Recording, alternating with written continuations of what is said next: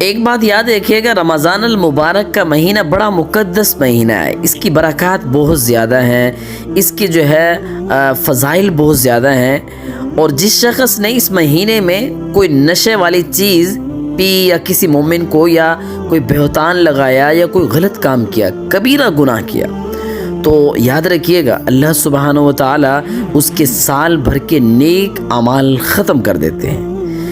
رمضان شریف مہینے میں انسان کو بے احتیاطی نہیں کرنی چاہیے، بے احتیاطی سے بچنا چاہیے، کیونکہ جب یہ بات ہم اکثر سنتے رہتے ہیں کہ رمضان المبارک کی ایک نیکی پہ 70 ملتے ہیں، اسی طرح کوئی بندہ رمضان میں گناہ کرتا ہے تو اس کے بھی اتنا ہی گناہ ملتا ہے، ڈبل گناہ ملتا ہے۔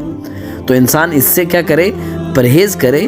اللہ تعالیٰ نے 11 مہینے دے رکھے انسان کو، نعمتیں استعمال کرتے ہیں، لذتیں حاصل کرتے ہیں۔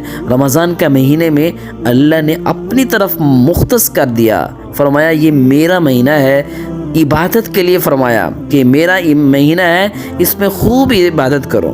اور رمضان کے مہینے میں انسان جب تک بے احتیاطی سے بچتا رہتا ہے نا، تو اللہ تعالیٰ کے یہاں اس کا مقام بڑا اونچا ہوتا رہتا ہے۔